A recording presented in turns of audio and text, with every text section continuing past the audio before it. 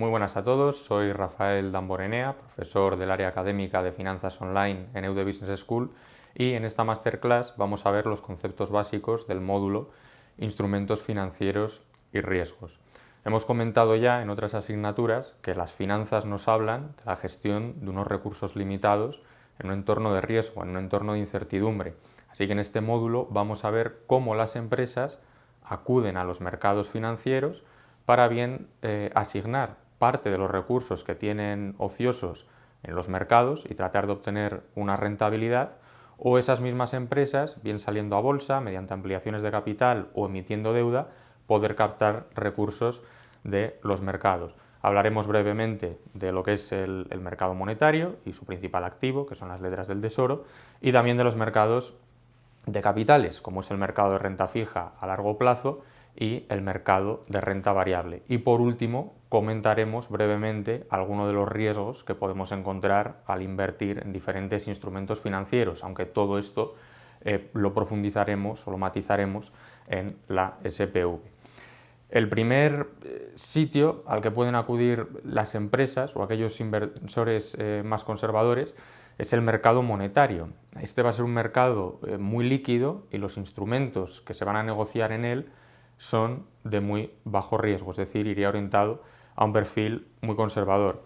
Aquí podemos encontrar los pagares de empresa y el activo por excelencia son las letras del Tesoro, que son emisiones de deuda soberana que hace un país con vencimientos pues, a 3, 6 o, por ejemplo, hasta 12 meses. Las formas de emisión de un activo del mercado monetario pueden ser como por descuento, como son las letras del Tesoro, donde no habría pagos periódicos de intereses, sino que compramos esa letra del Tesoro por debajo de su valor nominal y al final del todo recibimos el nominal y esa diferencia es lo que nos da la rentabilidad. Tenemos también emisiones de instrumentos con cupón cero, donde se reciben los intereses al final del periodo, y por último podemos encontrar instrumentos referenciados a algún tipo variable, como puede ser el Euribor. La forma de calcular el precio de una letra del Tesoro no tiene mucho misterio, al final jugar con las fórmulas de capitalización o descuento. Si incrementamos el riesgo de este tipo de activos, nos vamos ya al mercado de capitales, concretamente al mercado de renta fija a largo plazo. Aquí vamos a volver a encontrar emisiones de países, que vendría a ser lo que se conoce como deuda soberana, y también emisiones de empresas, que es lo que sería la deuda corporativa. El esquema de flujos de caja de un bono siempre va a ser el mismo.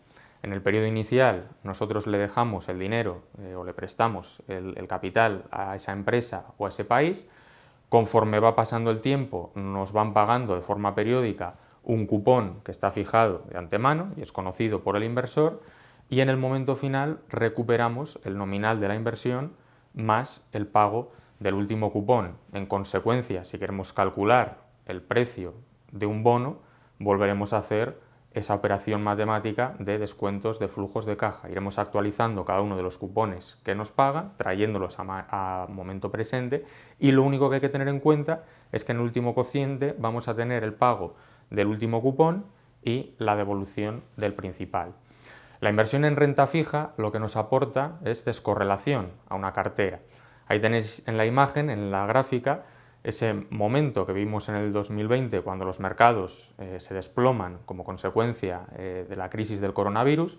El Standard & Poor's llega a caer prácticamente un 40% y veis como en rojo tenéis representadas las obligaciones del Tesoro de los Estados Unidos a 30 años. Esas obligaciones, cuando la renta variable se desploma, tienen un incremento en términos de precio, porque la Reserva Federal baja los tipos de interés y por lo tanto esas obligaciones aumentan de valor. Si hubiésemos tenido todo nuestro capital al 100% en renta variable, hubiésemos asumido una pérdida del 40%, si hubiésemos estado diversificados, esa revalorización de esas obligaciones a 30 años nos hubiese ayudado a mitigar la pérdida de la parte de renta variable o a reducir la volatilidad de nuestra cartera.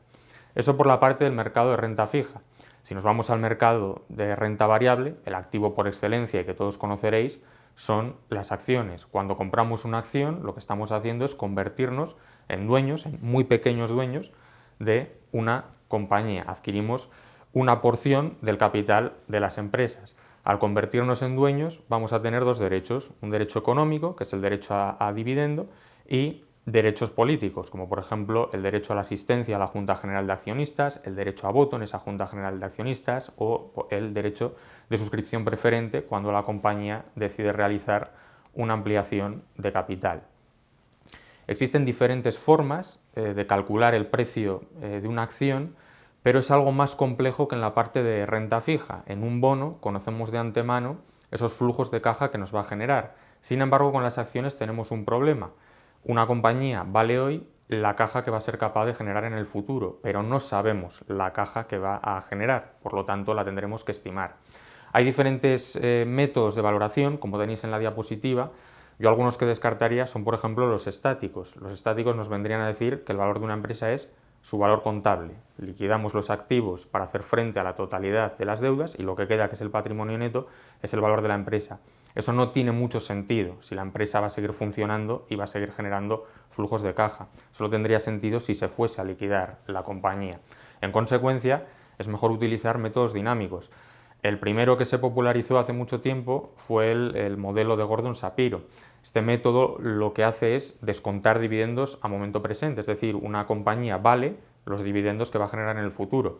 Surge un problema, ¿qué pasa si una compañía que funciona y genera beneficios decide no repartir dividendos? No la podríamos valorar. Por eso hoy en día el más utilizado es el método del descuento de flujos de caja.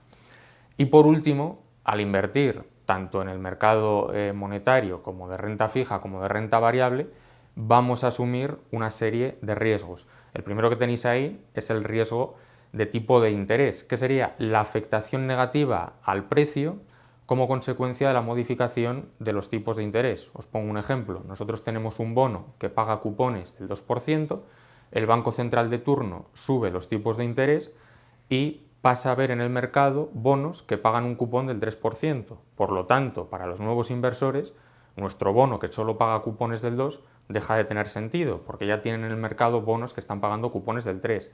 Así que si nosotros en un determinado momento queremos deshacer la posición, tendremos que vender esos bonos con un descuento. Por lo tanto, tendremos una pérdida en términos de precio. Cuanto mayor sea el vencimiento del bono, mayor es el riesgo de tipo de interés o el riesgo de duración. Para gestionar el riesgo de tipo de interés de una cartera, debemos tener en cuenta la duración modificada, es decir, cómo afecta a nuestra cartera de bonos una modificación al alza o a la baja de los tipos de interés. En un escenario de subidas de tipos de interés, nosotros nos refugiaremos en bonos que tengan la menor duración posible para que sufran lo menos en términos de precio. Otro riesgo, también asociado a la parte de renta fija, como es ese riesgo tipo de interés, es el riesgo de crédito. Esto es simplemente que el emisor de la deuda no pueda hacer frente al pago de sus obligaciones o que se produzcan retraso en el pago de los cupones. Como muchos sabéis, hay agencias de calificación crediticia como Standard & Poor's, Moody's o Fitch que emiten o le dan una nota a esa deuda. Cuanto mayor sea la calificación crediticia, menos probabilidades habrá de que esa compañía incurra en riesgo de impago. Tanto en la parte de renta fija como de renta variable tenemos otro riesgo que es el riesgo de liquidez. El riesgo de liquidez nos viene a decir esa dificultad o ese grado de dificultad para deshacer una posición. Si nosotros invertimos en un activo que es muy poco líquido, en el momento que queramos vender ese activo en el mercado, igual no tenemos potenciales compradores. Así que vamos a tener que penalizar nuestra inversión en términos de precio hasta que alguien por fin quiera comprarlo. Es un riesgo también muy importante y que hay que vigilar. Y los dos últimos que vamos a ver, el de riesgo de precio es muy sencillo. Todos los activos financieros están fluctuando en los mercados. Si los mercados se desploman, nuestro activo pues puede tener una pérdida importante.